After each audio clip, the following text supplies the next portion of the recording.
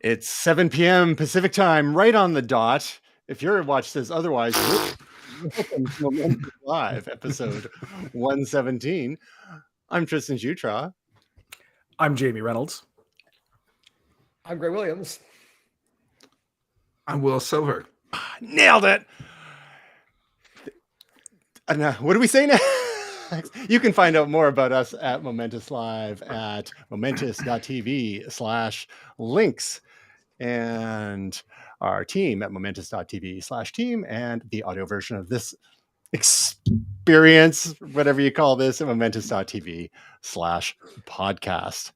And we have none other than the lovely and talented Jamie Reynolds stepping it up, filling in for Tasia Custodi. Mm-hmm. You'll do. Yeah, I enjoy second fiddle. It really is. It's my place in life. But it's not your first rodeo, married, right? So, yeah. No, I've done this a few times now. Thanks for inviting me. I'm excited. Pleasure to have you. Let's get right into it since we've got to make up for What did lost introduce time here. everybody? Or no, okay? You wanted to talk to me first. Fair enough. Go ahead. Oh, these other guys, they know what to do. Okay. I got nothing to say to these other two, except Gray is broadcasting from an undisclosed location with It has microwave internet. Microwave. Nice. robust bandwidth. Stand at least 6 feet away so you don't. Anyway, and of course we have Will Silver. We've already done the introductions. We don't normally do extra banter, especially when we're running late. But let's get into some follow-up, shall we? Last week we were speaking about the poop show that is Reddit. Gray, would you mind giving us a quick little recap of what happened last week in as neutral a way as possible? Because, you know, this is a news program with journalistic standards after all. And then what has since happened since we left our favorite social news site last week? So I said last week that hell hath no fury like a nerd scorned. And Reddit did what we thought they were going to do, which was use the terms of service to threaten to oust the moderators of several popular subreddits. And so they have answered in kind with what I like to call malicious compliance, wherein they have basically taken the focus of their subreddits and made them like painstakingly literal in a lot of cases. Our picks is now only allowing our picks, our gifts, and are now only allowing pics of John Oliver, and they are pics of John Oliver, they are gifts of John Oliver, and moments of John Oliver that make you go, "Aw." Well, that sucks is now a subreddit devoted entirely to vacuums. It is just, like I said, we're not taking this one lying down, and it's delightful. In addition to that, we've also seen that hackers, from a breach a couple of months ago, are demanding $4.5 million from Reddit to not leak the data, in addition to also now asking for the API changes to be reversed, which is just a wonderful way to give some stick to the maniosis. It's great. And last but not least, we have Christian Selig, the developer of Apollo, who comes to the table with receipts. He has audio recordings. He has emails that debunk all of Steve Huffman's claims that Steve has made about third-party developers and about Christian in particular, to the point where this actually could be both a libel and slander case. It is just Schadenfreude. It's great. So Reddit once again continues to entertain, not for the fact that it is the front page of the internet, but that is because it is a steaming pile of BS, and that is being called out in such a beautiful, beautiful way. Was that so? Just to catch people up that may not have tuned in to last week's episode, all this strum and drang is in response to Reddit's increasing the fees for implementing fees for access to their application programming interface, their API, which is basically shutting down all third-party apps because it's just untenable to be able to afford to pay, especially if they are very busy and popular apps such as Apollo. And we if you want more details on that, feel free to tune into Momentous Live episode 116, where we litigated all that. So this is just additional fallout from the situation. And Reddit's position with some of this is in response to a lot of the scraping that's been going on to educate large and train large language models, such as those by OpenAI, Google, and others. So they're like, well, if we got to,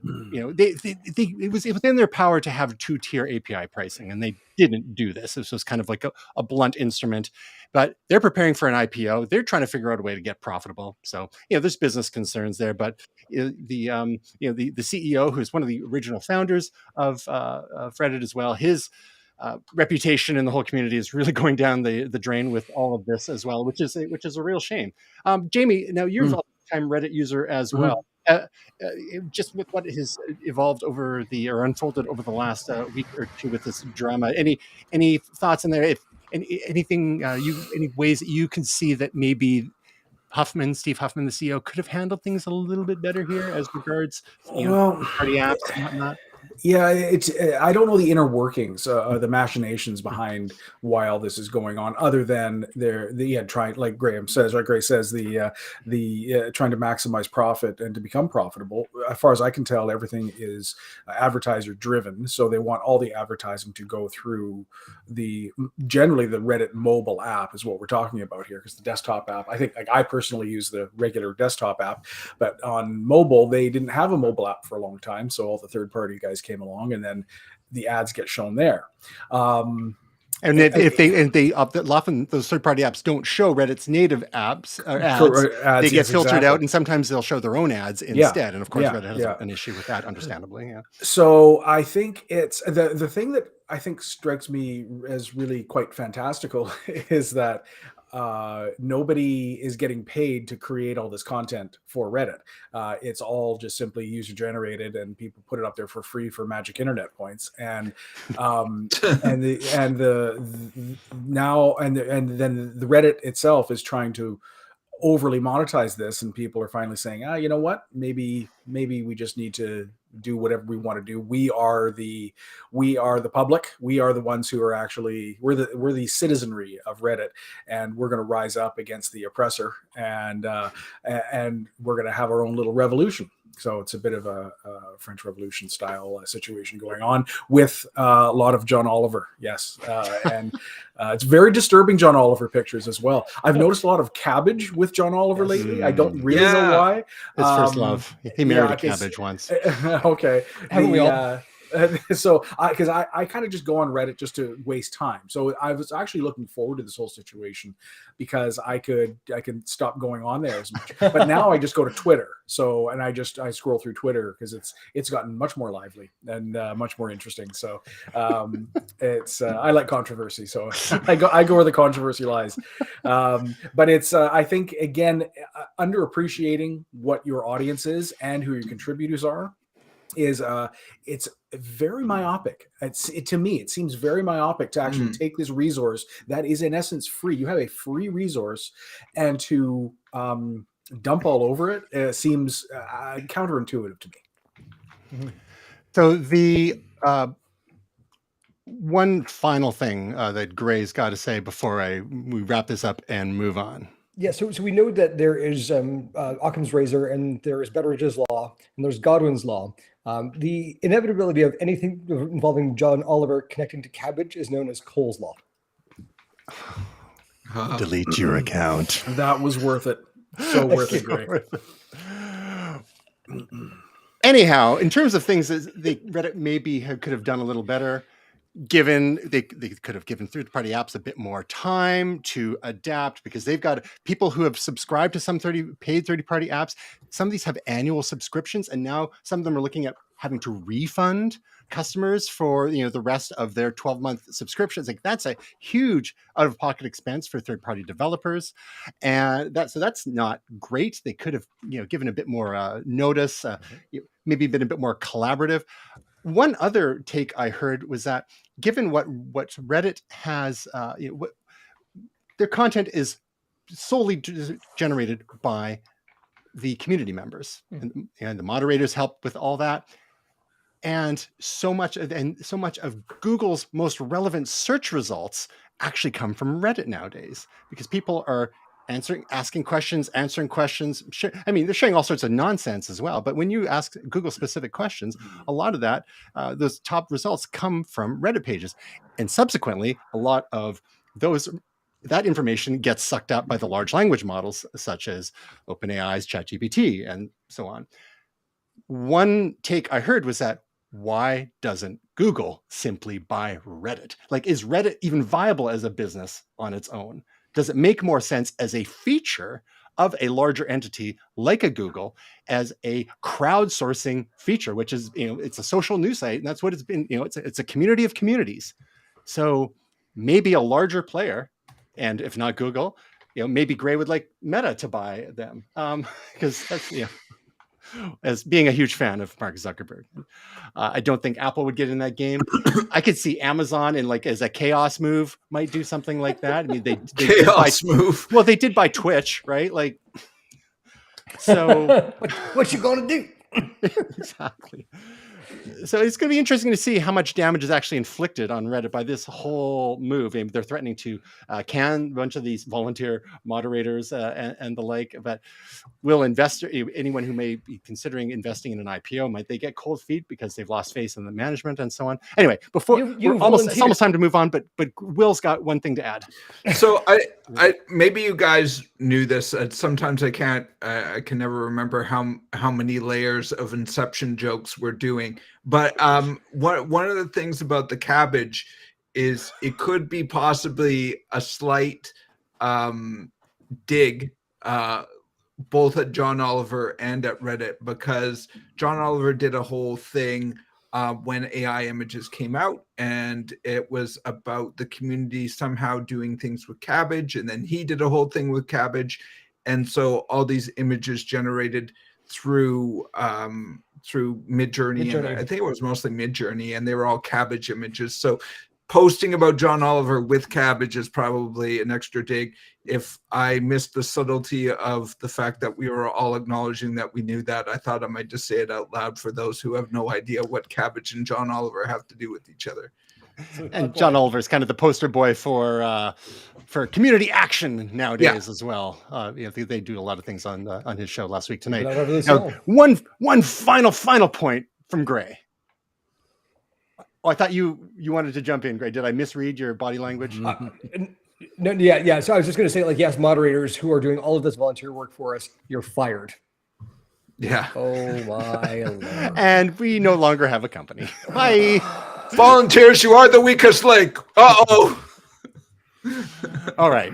Moving on to a quick bit of other follow-up that I was kind of hanging on to for when esteemed guest Jamie Reynolds would join us again, is you may recall, Jamie, when we did our anticipated picks of 2023 back in January, one of the tech things that you were most looking forward to was at that point only rumored Google Pixel Fold. And then a few weeks ago, it was actually revealed to be a genuine product, and seems to be a pretty attractive entry into the folding smartphone space, competing with the likes of the Samsung Galaxy Fold series, which is now in its 4th generation, and others from Motorola, Royal FlexPi, and the like.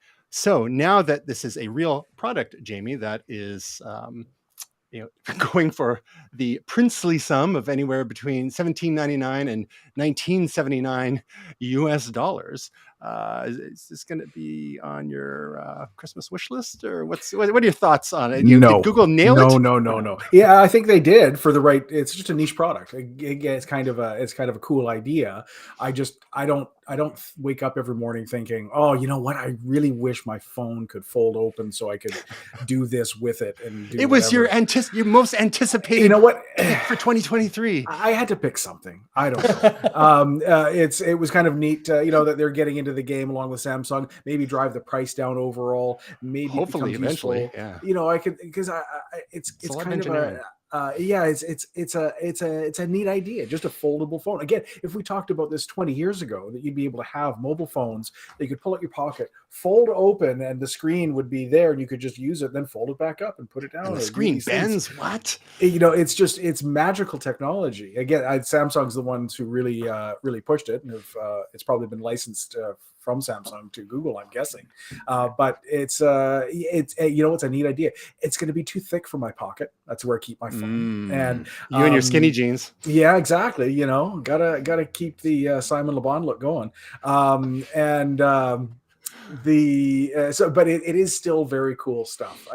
As I get older, I am less excited about all the new technology. I like things to just work, and so I've got my phone that I upgrade every like 3 years maybe, and I've got my computers, and it kind of just does my thing, you know. But it is still a cool idea, and I think they've done a nice job with creating a technology for the right person that is usable.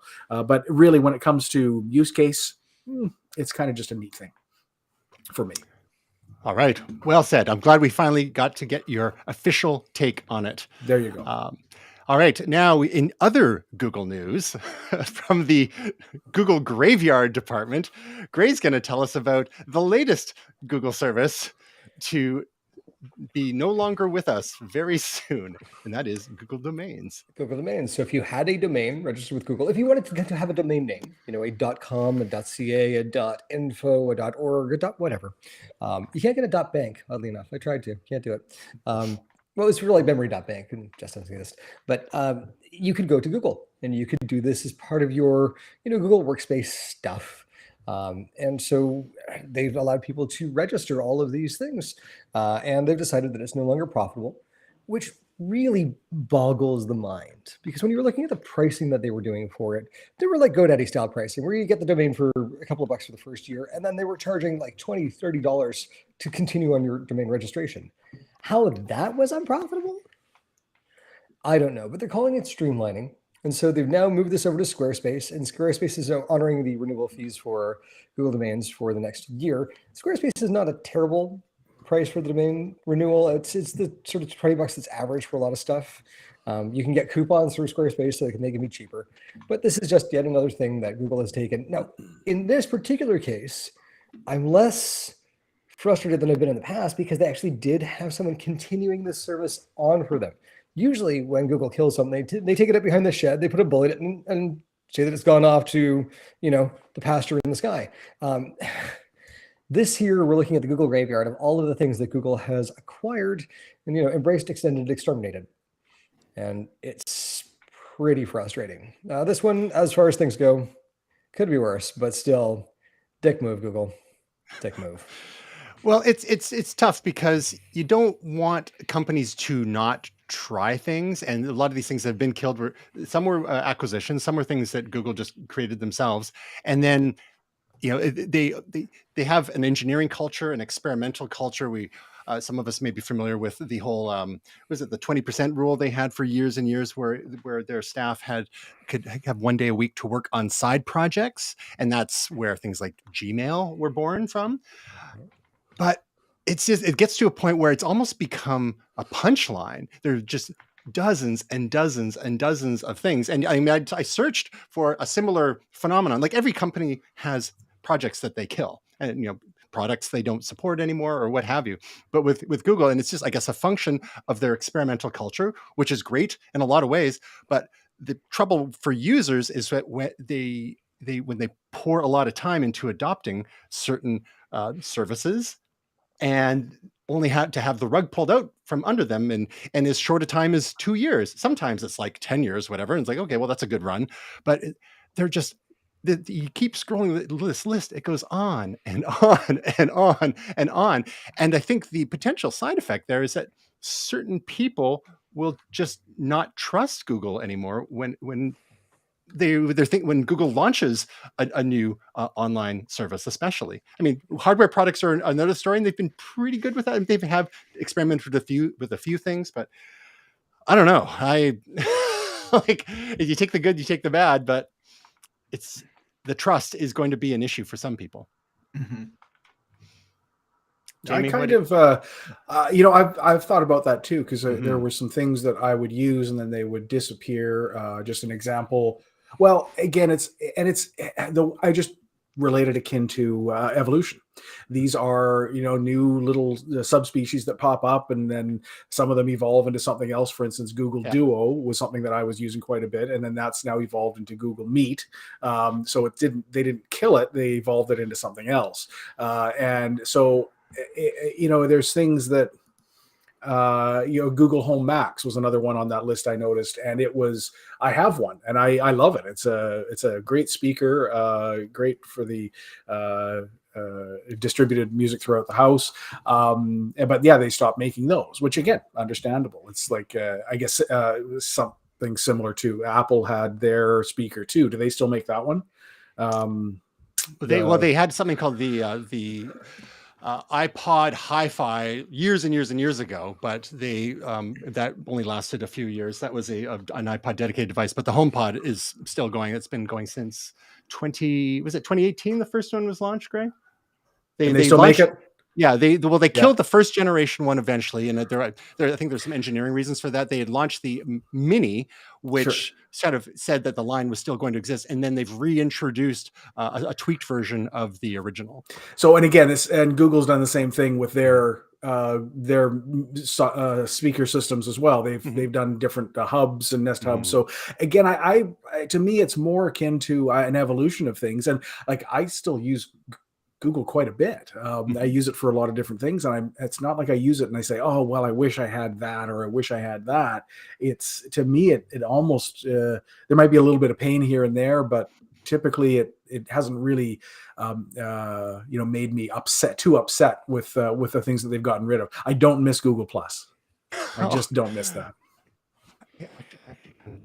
Google Reader, I think, was the one that really upset a lot of people because there are more technical people who were fans of RSS curating their own news feeds and not being reliant on the social platforms for their news, which can be problematic because you're often subject to algorithms, and just curating your own news feed manually. But that is really something that most normal folks maybe just don't do. And there are other. I think that's the issue. Yeah. There are other RSS readers that for doing that thing, but Yeah, it's they even did it for the Tristan. You and I know, a few of us know, the game called Ingress, where it was one of those 20% jobs where they created a game, and it was an augmented reality game in the world, and then it was a Google game, and then eventually they just said, no, we're done with it, and then the creator actually took it and has created Niantic systems, whatever it is, and so they run it off from there. But Google just didn't want it anymore, and they said, no, it's okay, we don't need it, it's good to go. And hey, you know what, that's just what happens.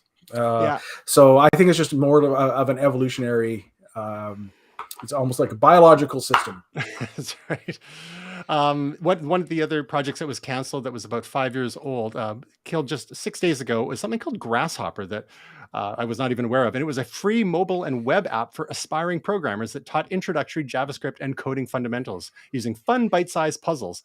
That feels like a bit of a shame, but again, with some of these things, maybe there just wasn't the traction there. Google, sometimes has challenges actually getting word out about some of these things. And I think, to your point, Jamie, that some of the things were such niche services and ideas, is that maybe they just didn't find a large enough audience, and Google couldn't figure out a way to monetize it, because Google largely monetizes through advertising. And so some of these things, they mean great services, even like the RSS reader, like Google Reader. Like, I think Google should have figured out a way to put like ads in an RSS reader, but maybe it didn't move the needle enough for them. And that's something that a lot of trillion-dollar companies have a problem with nowadays. Like, people are like, oh, for years, for like 15 years, people saying, why doesn't Apple release a television? I want a nice, beautiful television. But Apple's like, TVs are already an oversaturated, low margin business, and is it really going to move the needle for a $3 trillion company like Apple to really introduce a television set?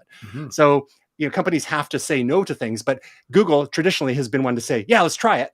And it's just like, it's the scale that gets. So I just hope it doesn't, like, people, it's the whole thing, fool me once, shame on you, fool me twice, shame on me, fool me like 256 times, we get to a kill screen. This is the thing, though. Look at the list that you've been scrolling through. There's 100, 200 things on there. It hasn't hurt so far.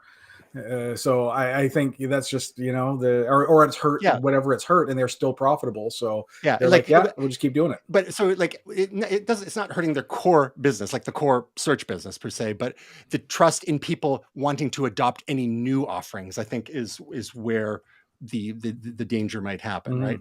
So anyway, but just Google, go check out killedbygoogle.com if you want to have a walk down memory lane. 288 projects there. There you go. Wowzers. All right, moving on to our main stories of the day. In the last couple of weeks, there's been all sorts of a flurry of excitement around UAPs. So for those who don't know what UAPs are, they used to be known as UFOs, unidentified flying objects. But then, so that people would take things more seriously, because there's a lot of wingnuts who have been in the old school UFO community and have been disparaged by a lot of people in the proper scientific community. Now there's a term in the last couple of years called UAPs, unidentified aerial phenomena. But more recently, that's even been tweaked a little bit to unidentified anomalous phenomena. So not all of these things are aerial necessarily. Some of them are transmedium. Some of them may go into the water and out again, or maybe they're interdimensional, as we've discussed in the past as well. So not necessarily aerial phenomena per se, especially if they have legs and walk around Las Vegas and people's backyards and they're 9 feet tall. So Jamie, could you sort of adding fuel to this fire is that there was a whistleblower came out and said that the U.S. government has been sitting on top of all sorts of evidence. Mm-hmm. So Yeah, Jamie, yeah, as our resident UAP MOMENTOUS correspondent, can you walk us through some of these recent stories? It's just fun. There's no real hard evidence. Again, that's all I'm waiting for is I want somebody to actually say, here is a piece of something. So there's lots of stuff going on right now to search for actual evidence. There's a group that is actually dredging the Pacific Ocean looking for an interstellar object that has actually been confirmed to have crashed there. Most people think it's a meteor, but there is some thought that it could be something else. And so there's been some stuff discovered there. The Las Vegas thing, I have no idea. Nobody really seems to know what's going on there. It seems fake, but the people seem very genuine. And I think people can sometimes just see strange things at night. And it's probably Bigfoot. Come on. Yeah, exactly. It's just Bigfoot. But what's happening now seems to be, and I'm kind of going along this theory, is that this seems to be the slow drip of disclosure going on, that there is something going on. Some people know more than others, and they know they can't keep it secret forever, and whatever it is, and maybe they don't actually know, but they know there is something. And this seems to be there's people saying more and more things, very credible people that have come forward recently and said, I have talked to people who have had direct contact with some of this stuff, people high up in the intelligence communities. And I've just decided to come forward and say, this needs to be dealt with. I'm coming forward with new whistleblower legislation in the States. And saying that this is something that we need to release to the public at large and say there is more to this story than just swamp gas and weather balloons. The latest one that I found fascinating was actually to do with the Canadian government. The website, the Liberation Times, I have no idea about it, but there's been corroboration to this story from what I've read. And through the Five Eyes Alliance between Canada, the US, New Zealand, Great Britain, and Australia, there's an intelligence sharing group set up for that. And there was a letter from one of the ministers, and I can't remember his position, but if you hold on right there, Tristan, on your screen at the bolded type there, scroll. Right there, the second paragraph, recovered foreign material is studied through the Five Eyes Foreign Material Program, which in Canada is sponsored by the Canadian Forces Intelligence Command, and they're sharing arrangements. And then before that, it says, it says we have UAP materials that is currently being studied in the Five Eyes group. And then it goes on to say, we're not part of the smaller intelligence group that is the US, Great Britain, and Australia. They have their own separate group. There is rumblings that group of 3 countries is going to come out and say something about UAP tech in the next little while. And this was a letter to within the government that was to say, we need to get in on this because we've been involved in this whole thing. We can't let them take the wind out of our sails. We need to be involved in this too. And this letter is apparently a legitimate letter that was sent within the Canadian government from department to department. And in essence, it says there is stuff that we have that is UAP related that is being studied. And we need to make sure that we're on top of this when it gets released. So it was kind of maybe it means something else. Maybe it's being misinterpreted. I read the letter. If it's legit, it sure sounds like they're saying, hey, whatever it is, something there that is zipping around. We have bits of it. We're trying to figure out what it is, and we can't figure it out. So it's just more little bits of information, and it's kind of getting people used to the fact, slowly, bit by bit. Hey, there's something going on weird here. There's something going on weird here. There's aliens, maybe there isn't. Who knows? Could be interdimensional. Could be we're a zoo. Could be who knows? All these strange things. So it's just a fascinating bits of data that exist out there, and more and more coming through, more and more credible people coming around, and it's going on year after year after year, and it's getting harder and harder to discredit these people. So there just seems to be something there. What that something is, I don't know. But again, I will keep my tinfoil hat on and my ears peeled, and keep paying attention to the skies. Keep your eyes on the skies.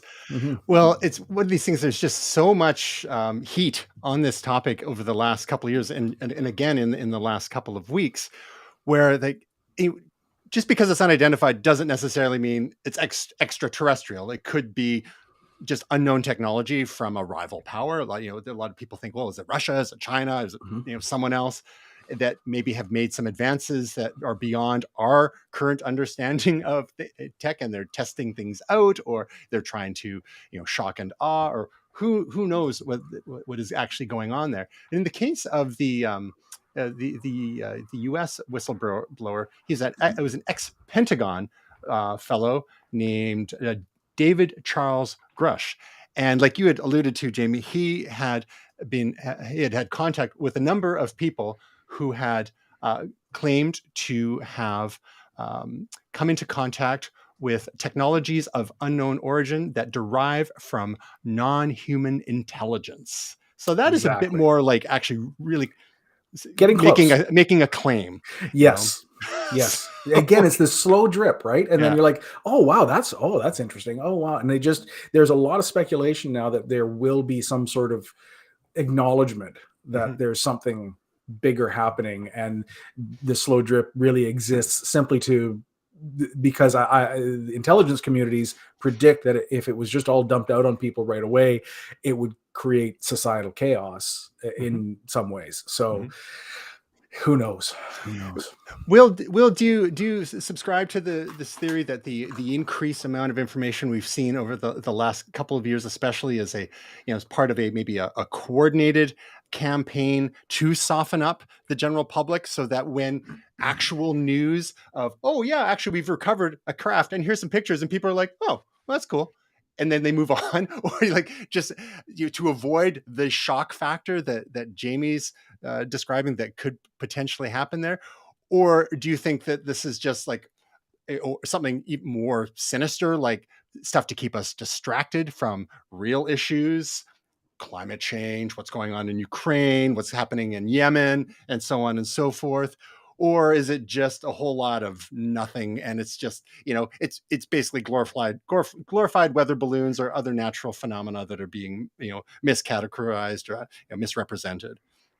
I mean, I think I said this last time we had this conversation. I'm not really a big one on this type of information. I don't speculate on this kind of stuff so much. I'm all more power to people who want to really or should. like to, but I don't enjoy it, and I subscribe more to the theory that I don't disbelieve anything until the evidence is presented, sort of like Jamie said, and until then I choose not to speculate. If others choose to speculate, Jamie, have fun. Whoever, have fun.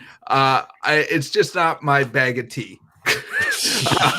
So and that's fine. It doesn't have to be my bag of tea. Other people who enjoy doing it, please enjoy. I don't want to take the wind out of their sails, but it's just not my thing.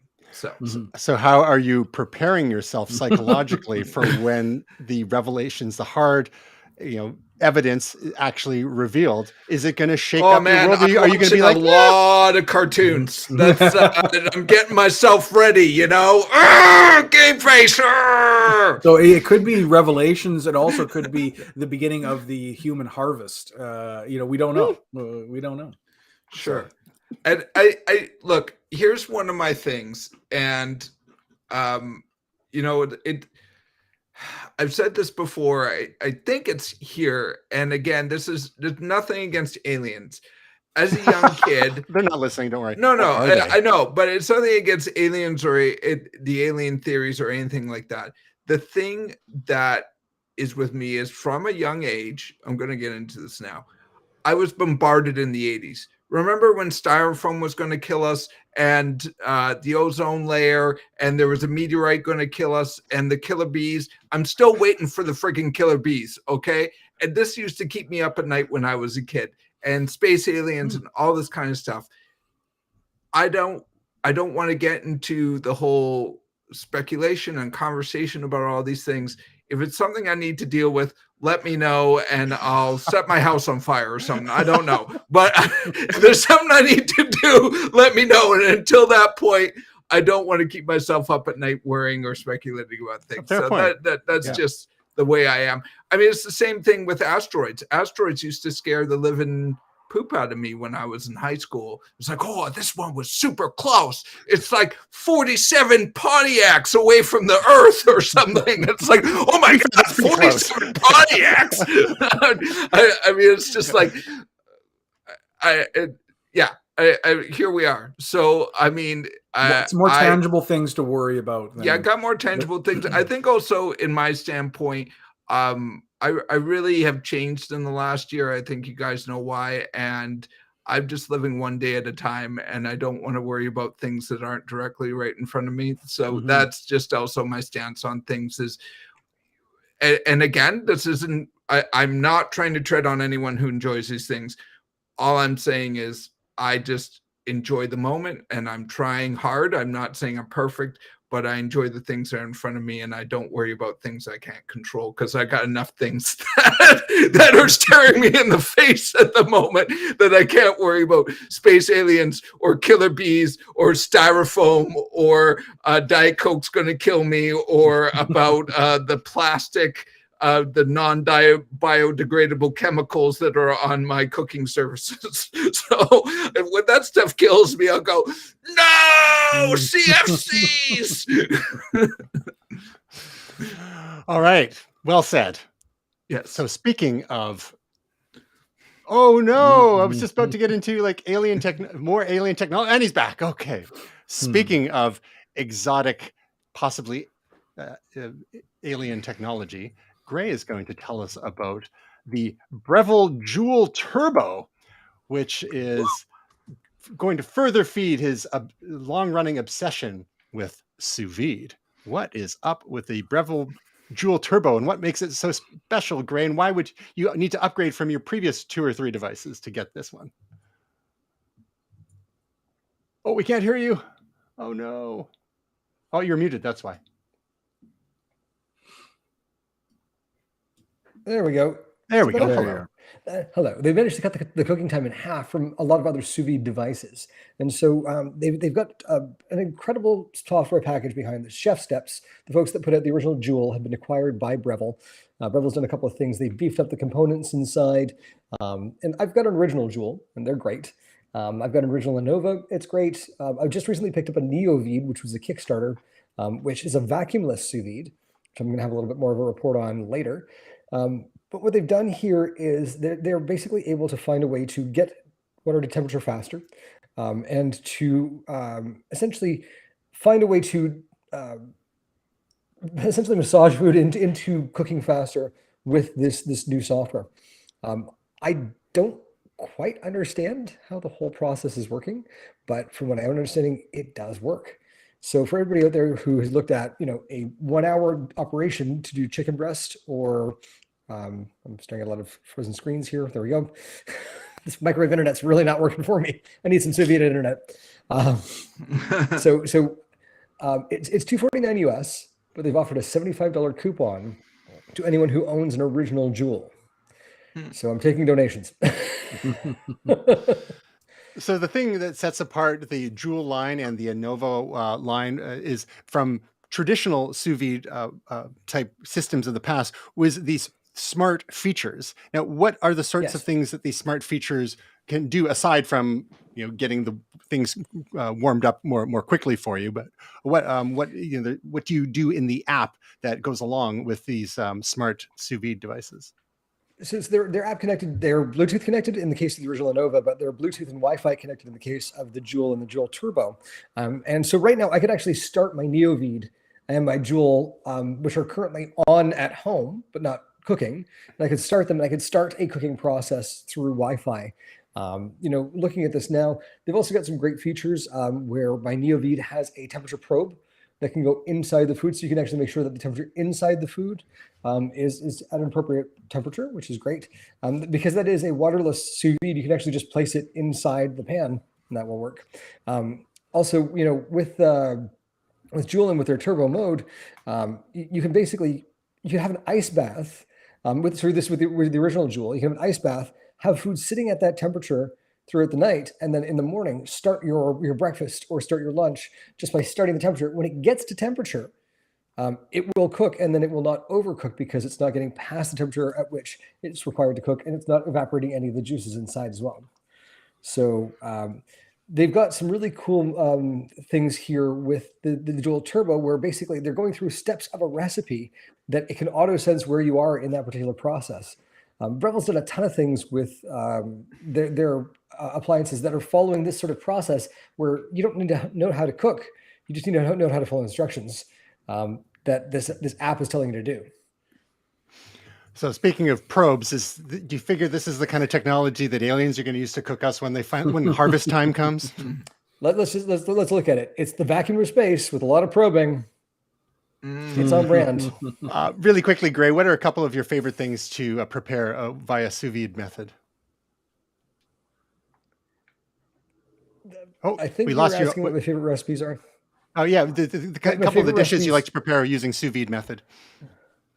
Honestly, chicken breast and steak are two of the best things that I've done with sous vide because you can't overcook them, but it really takes a lot of effort. So, a steak or a chicken breast that's done sous vide and then finished in a ripping hot pan on an induction grill, my personal preference to go. And the 15-minute poached egg in the shell, 75 degrees at 50. Well, it's 75 degrees, 13 minutes, 2 minutes in an ice bath, and you have an egg that when you crack it, it's a poached egg that you can put directly onto a piece of toast and have poached egg on toast, and it's amazing. Wow. So definitely caters to the enthusiast type. Now, Jamie, you've been on the vanguard in our community of friends, circle of friends, with regards to taking on different sorts of cooking techniques. You've one of the early adopters of a griddle in our circle of friends, and a few weeks ago we had some amazing deep fried butter chicken. We don't know a whole lot of people that will deep fried butter chicken. Come on now. Oh, sorry, not butter chicken. It was buttermilk. It was a buttermilk chicken. Buttermilk. Yes, exactly. So what's it going to take to get you into one of these Joule turbos? Oh, I've actually been looking at doing sous vide for a long time. I love the fact that it is sort of idiot proof, and it just and as I get into the stage of my life when cooking, I have more time to cook. Sous vide is a more natural option when you really want to, cook something and really relish the fact that you're making something special and wanting to make it perfect. Sous vide is about the best way of doing that kind of thing. But yeah, it's the extra time that it takes, the extra preparation you need to do. You can't just throw something on the grill for 5 minutes and it's good to go. You gotta get ready to go. But with this new option, I think it's great. It makes things go a little bit faster and simplifies things. It's surprisingly pricey, but everything's surprisingly pricey to me these days. So I don't really know if that's correct, what it should be or not. All right, moving on to just gaming corner. We got to take advantage of the fact that Tasia's not here to get a bit more gaming news in, because she just kind of tunes out a little bit. So just a few quick gaming stories, and I know Gray's going to talk about one, and then might get your input, Will, and Jamie, on a couple of these other ones here. One is that, Gray, starting with you, Valve gives Steam its biggest update and redesign in years. Real quick, what is the nature of this story? Like, what is the update like? Oh, Gray, did we lose you? Oh, hang on. There you are. All right, Hi. Gray. One more time. With this, what are some of the features and the improvements in the latest upgrades to Steam? So they've got feature parity now between Mac OS, Linux, and Windows, which is great. The Steam overlay is a sort of a layer that goes into the game where when you hit Shift Tab, basically it will bring up this layer in game where you can see in-game chat. The neat thing about this is they've actually added the ability to pin these onto screen with translucency, even when you're still in game. So in the past where I've had chat going and I can't do that, it still allows me to see the chat going now where in game where I couldn't before. Games like Destiny, which I play frequently, the Discord overlay you can't have pop up over the screen if you're playing the game in full screen because it conflicts with BattleEye, which is the anti-cheat service. But Steam, it does not, because BattleEye is actually, I believe, run through some of Steam servers as well. So it's a really cool thing to see the feature parity come across for all of these things. This comes hot on the heels of Apple, announcing this tool to help developers port games to the Mac, which means that Mac Steam could actually become a much more robust marketplace for Valve if gamers are buying their games through Steam for Mac. So it's a good time to be a Mac gamer. The year of Linux on the desktop is just around the corner, so this could also be good for Linux as well. One of the key things it seems like is Steam now supports hardware acceleration on macOS and Linux, and that is a game changer there. Definitely will improve the performance. Couple other stories of note. We had, was it a couple of weeks ago, we were talking about was it McDonald's Japan had Chicken McNugget Tetris, so a little Tetris handheld in the shape of a Chicken McNugget. Well, McDonald's is not standing still because now they're going after additional retro gaming in the honor of Grimace's birthday, which is with a Game Boy Color game called Grimace's Birthday, which you can run in emulators, Game Boy emulators online, or in other devices that will play Game Boy games like the Analog Pocket. So that is one little bit of news. We've also got a new first-party Atari cartridge, which we haven't seen any. We've seen new Atari cartridges from independent developers, but this is the first one from quote unquote Atari, whoever owns the rights to that name nowadays. In quite a long time. This is called Mr. Run and Jump, and it's available not only for the Atari 2600, but some other modern platforms as well. And of course, it looks way better on said modern platforms, such as the PS5 and Xbox and the like. Not to be outdone, Lego has unveiled a Pac-Man arcade console that you could build yourself for the low price of $270 US. And it's a neat little arcade cabinet, kind of not entirely unlike ones that you can buy, those scaled down ones that actually play your favorite retro games. The only problem is this one doesn't actually play the retro games. You can move some things around on the screen using some handles, and that's kind of fun, but I imagine the novelty would wear off pretty darn quickly on that one. Will, any thoughts on any of those little gaming stories post Valve there? Well, yeah, the Valve update is really cool. I think it adds a lot of features. It's also, this is partly leading to, I think, obviously Linux, as Gray said, but also, trying to improve Steam Deck long term and create better features for Steam Deck as sort of the first party, as more games are trying to adopt Steam Deck. And yeah, the McDonald's thing is kind of fun. There's a bunch of, as you said, third party or other companies that create sort of dead gaming console games. So there was a big thing a while ago for the what was it called? I want to call it the Panther. It wasn't called that, but whatever. Jaguar. There we go. I knew it was some sort of cat. There's a big thing about people creating games for the Jaguar, the Atari Jaguar. That's a deep cut. Also there's I think Gray mentioned this maybe last week, maybe it was off camera, but just Limited Run, which is a website and company that makes sort of limited run games, and they'll do everything from Nintendo NES cartridges to Game Boy cartridges to PlayStation physical editions, PlayStation 1, 2, 3, 4, 5, 6, 7, 8, 9, 10, 11, 12. So yeah, they do a lot of fun stuff in that space. So if you're interested in looking at some indie games that are on obscure actual cartridges, check them out. Limited run.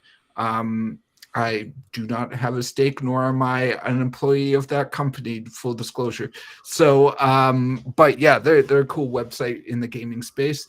And then lastly, just as you're going through things, it may be hard to see, but over there I actually have the Nintendo NES Lego. It's kind of hard to see in the background. See where my finger is? Nope. Oh. Here we go. One more time. There you go. There we go. Yeah, look at that.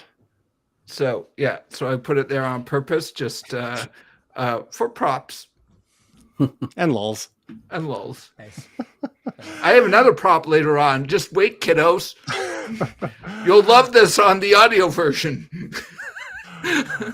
All right, Jamie, someone puts a gun to your head and says you have to choose either the McDonald's Grimace game, the Mr. Run and Jump for the Atari 2600, or the Pac-Man arcade Lego. What's it going to be? Oh, the Mr. Run and Jump for the Atari 2600. There's something satisfying about taking one of those cartridges and clicking it into the game and flicking it on and having something pop up on the screen. I just remember that feeling as a kid, and even now, actually, I've got my 2600 at home in my basement with the old plasma TV, and I could hook it up there and play it. And every once in a while, I do, and it's fun. River Raid. Love that game. I know, it's a great game. Yeah. Even Combat is a great game.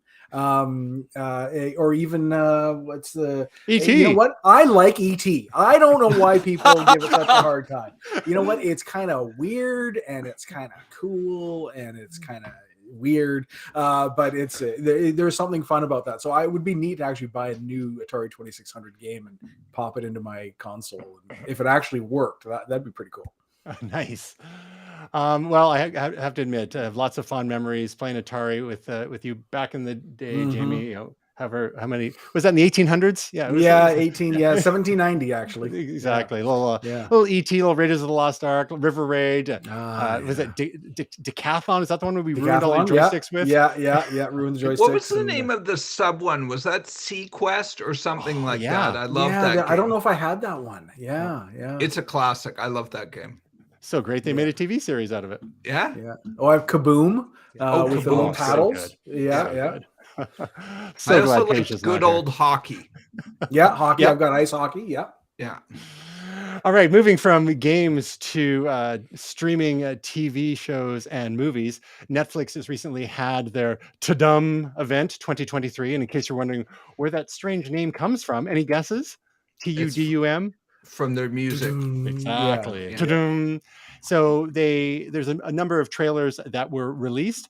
They've got a show called One Piece, which is a swashbuckling epic. Heart of Stone, a vehicle for Gal Gadot. And we have news that Linda Hamilton will be joining season 5 of Stranger Things. We got a little teaser for Rebel Moon, which is the new Zack Snyder event that will be on Netflix. It was a strange teaser though, because it was not so much like a teaser or trailer, but it was almost all about like how great it is to work with Zack Snyder. I was like, okay, that's a choice. And I thought something that might interest Will, a very teeny tiny sneak peek into Avatar: The Last Airbender, which will be coming out in 2024 on Netflix as well. Season 3 of The Witcher, a whole bunch of Korean content. The Three Body Problem, which is based on the series of books. There's a series that's going to be coming out in January on Netflix. That looks really intriguing. We have an Indian take on the Archies, which that's another choice as well too. It's going to be interesting. I watched that trailer. That actually looks pretty cool. Right. A little different than Riverdale, eh? Yeah. We've got some more gaming updates from Netflix. The Money Heist universe is expanding with an installment set in Berlin.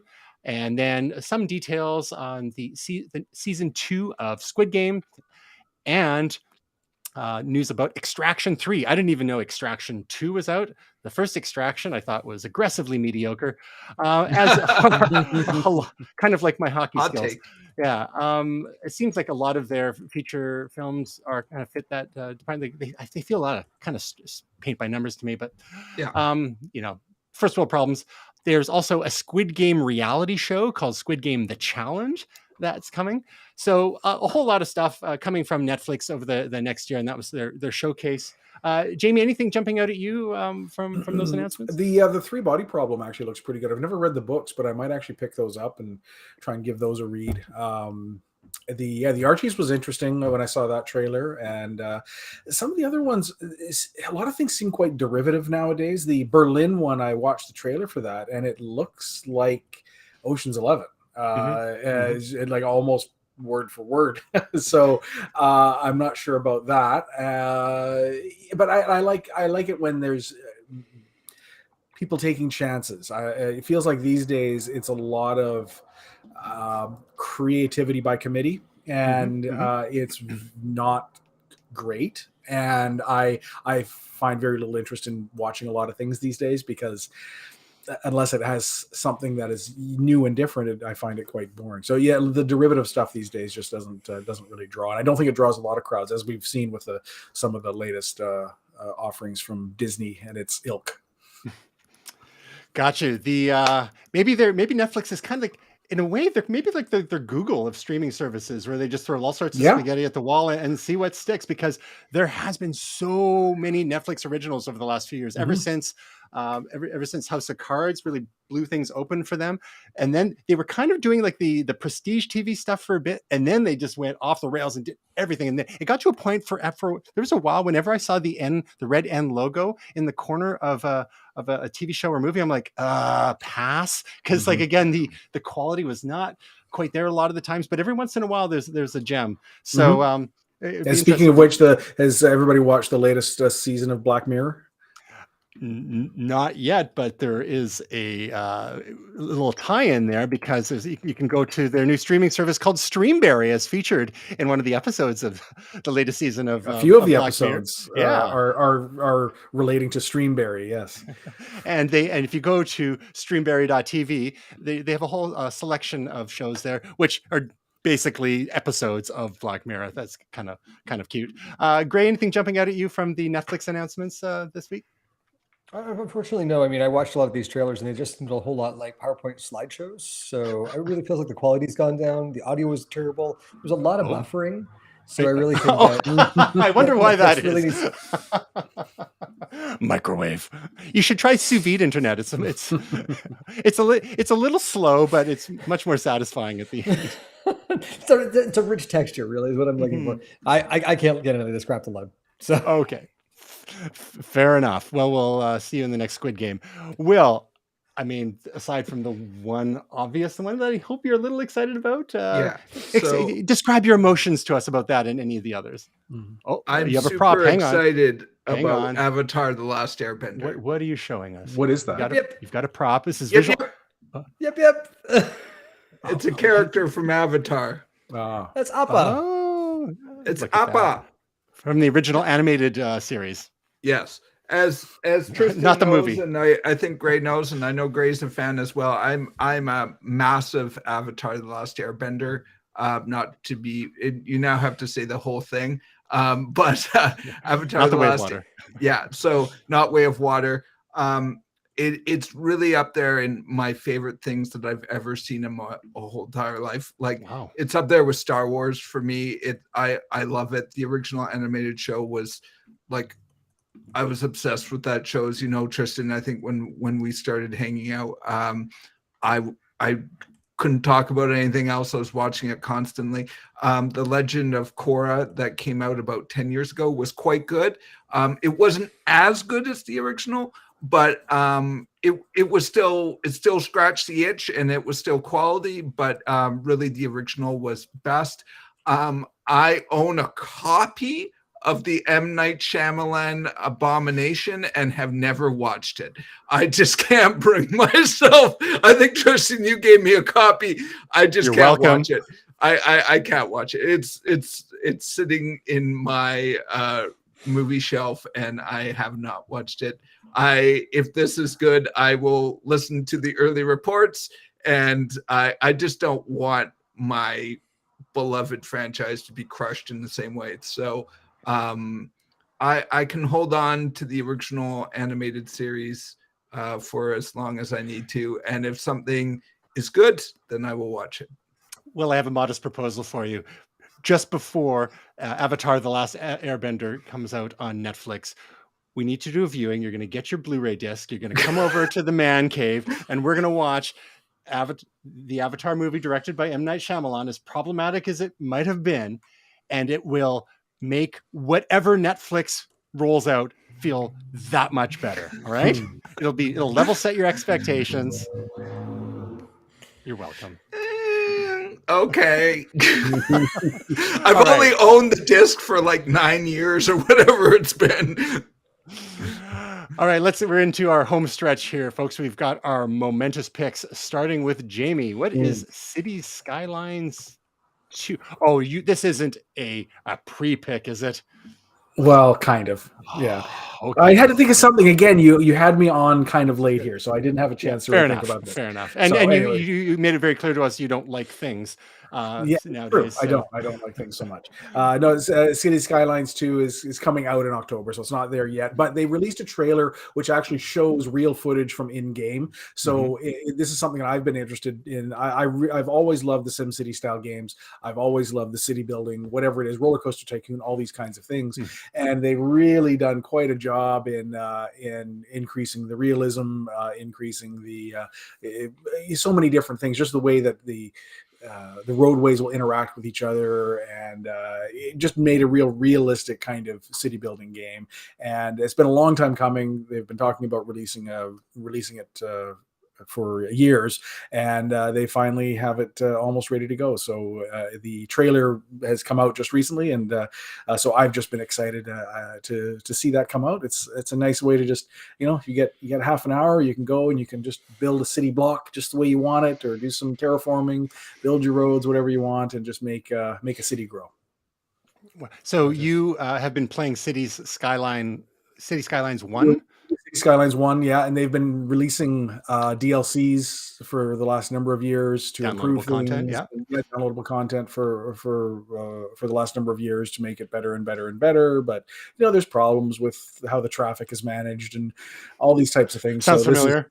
Yeah. Well, so it looks like they've really done a lot of improvements when it comes to the UI and when it comes to the graphics, of course. And again, just makes for a real interesting way of building a city, and it's just taken the place of SimCity, which was the original city building simulator, and it is the premier city building thing. So it's coming out, but yes, it's not quite there yet. But the trailer's there, so at least that is a thing that's real. That's your pick. This is the trailer. It looks super cool. Now, the level of control and customization, could you conceivably, if you had the time, start with a blank slate and recreate an existing city? It's already been done in City Skylines 1. Yes. Okay. Yeah, so they've got Vancouver. You can download Vancouver. You can actually download, there's assets you can download, and I've downloaded, for instance, North Vancouver City Hall and Vancouver City Hall and the CN Tower and all the buildings wherever you want to go to, even the Power Block building downtown, and all sorts of things. So you can kind of put these things into new cities. You can build out cities the way that you want them, or create new versions of a city that you made already exist and kind of make it a little different. So, yeah. Wow. It just occurred to me that this is almost like the modern day equivalent of grown men with giant train sets in their basement. I know. But you have so much more, so much larger canvas to play with there, and it scratches a certain. I mean, there's I don't want to even get into something like this, because I could see going down a huge rabbit hole, because I would want to make things just like too perfect. We can create a utopia.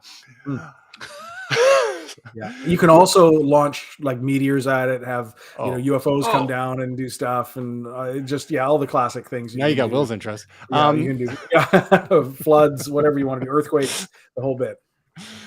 Will, your momentous pick this week is something on ESPN Plus. Yeah, I mean, I think listeners, viewers of the stream will know that I'm a huge fan of docs. Documentaries, Things, the things that I know less about, I tend to like the documentary more.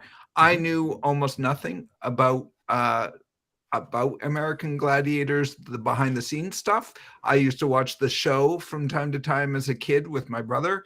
But, other than watching a number of episodes and enjoying it, I really just didn't know much about the personalities or the people or who was involved or the origins of it. And it is a crazy story. I know this is said a lot about documentaries. This one is a crazy story. I highly recommend it. Even if you hate American Gladiators, it's just a bizarre story. You've got to appreciate how many crazy time boxes this thing ticks. So I just, as a small teaser, that guy that we're looking at is an Elvis impersonator, and it partly started because of his involvement in Elvis impersonation. So yeah, and that's just the tip of the iceberg. It's a crazy story. And so where can you watch this in Canada? I watched it on TSN. I think it's a 30 for 30, so it's often shown because it isn't TSN owned by ESPN, or they've got a relationship. So yeah, so 30 for 30s usually end up on TSN. I think it's on HBO or Crave as well on streaming services. I highly recommend it. I really enjoyed it. And again, I don't think you have to like American Gladiators to enjoy it. It's just a fascinating story. Very cool. Well, I have to confess, I have never watched a single episode of American Gladiator, but it was cool. I like that show. was. That was fun. Yeah. The atmosphere was like, on yeah. point. It's crazy where all of this came from. That's all I'm saying. I will leave it there. Okay, to check it out. So Gray's pick is a YouTube video that apparently makes this one YouTube video, this clickbait title, this one YouTube video makes the Avengers Assemble scene in Endgame 10 times better. What is this that we are looking at, Gray? So this is something we have to put into the show links, because this is all about audio. And so I don't know if we can stream the audio here, but it takes the themes from all of the heroes and integrates them together with the Avengers Assemble theme, and syncs it up with the video. But even without the video, you can listen to this, and these iconic themes as they play makes this scene. It makes all of the lack of attention to the music in Marvel movies suddenly. My irritation with that goes away because it honors all of these themes. It's 2 minutes of your time, so if you're listening to the audio version, go check out the show notes and listen to this. It is absolutely glorious. So you're telling me that this isn't something that was done originally? Like, what were they just playing, like just a generic music or whatever, the music for the scene, and they weren't the obvious? I mean, like, it seems like an obvious. They do that in Star Trek all the time. Whenever there's, they do it in Star Wars all the time. Yeah, and in the more recent, some of the more recent offerings, like a character shows, or sometimes you get a little bit of a hint of, like, oh no, is that ship going to show up? And boom, that ship shows up. And I think in Star Trek Picard we saw some of that as well. So it's funny. It seems like a miss for Marvel on this, but it's neat to see some of the fandom out there fixing the errors of these multinational media corporations. Now, all they need to do is do it over all 25 movies and put them in chronological order. Yes. And exactly. What's that, Greg? I said, why do it yourself when you have your fans do it for you after the fact? Exactly. Yeah. Very quickly, my momentous pick. I finally got around to seeing Oscar nominee A Triangle of Sadness. I watched that with my dad on the weekend. Quite a show. And it was my lovely wife Stephanie was not that interested after having seen the trailer, because there were a number of scenes involving the sort of bodily fluids that can result as thanks to seasickness. So the second act of the movie happens on a high-end yacht. So I mean, this is a pretty on-the-nose take on class in the modern world. But you get to the third act and it takes a bit of a turn that one does not expect, and then the ending is just like, okay, you're not even, it leaves it up to the imagination a little bit. Woody Harrelson plays the perpetually inebriated captain of the ship, featured in the second act. And yeah, it's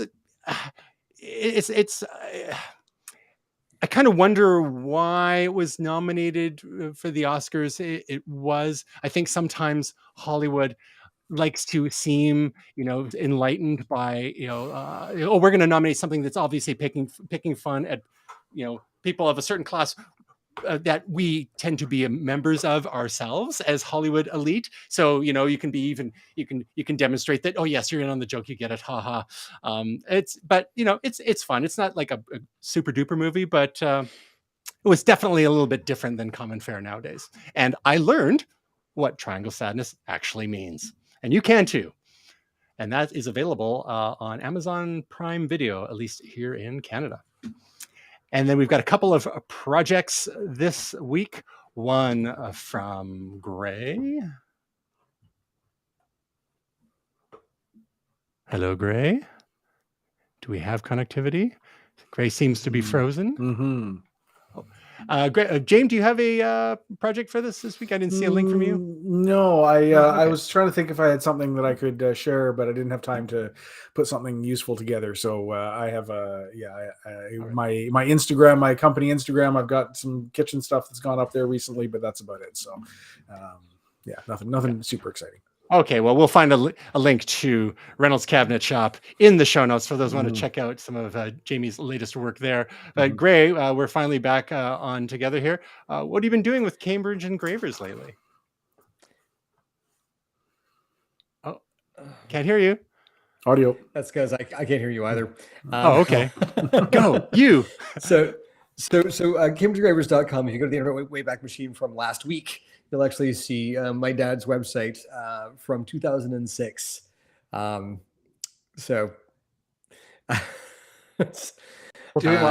boy, look at that. Yeah. So it is not mobile friendly. Nice. It is ancient. It is painful, and it is just not good. Vertical menu, yes. Rush metal. Yes. Yeah. I shouldn't say this. This was designed by a gentleman who is a friend of my dad's, and it has served him relatively well for almost a decade and a half. But this is a website that is now legally old enough to drink. So we've gone in and we've upgraded it with a new website from Squarespace because we're actually opening up. I'm actually opening up a division of Cambridge Engravers out in Vancouver.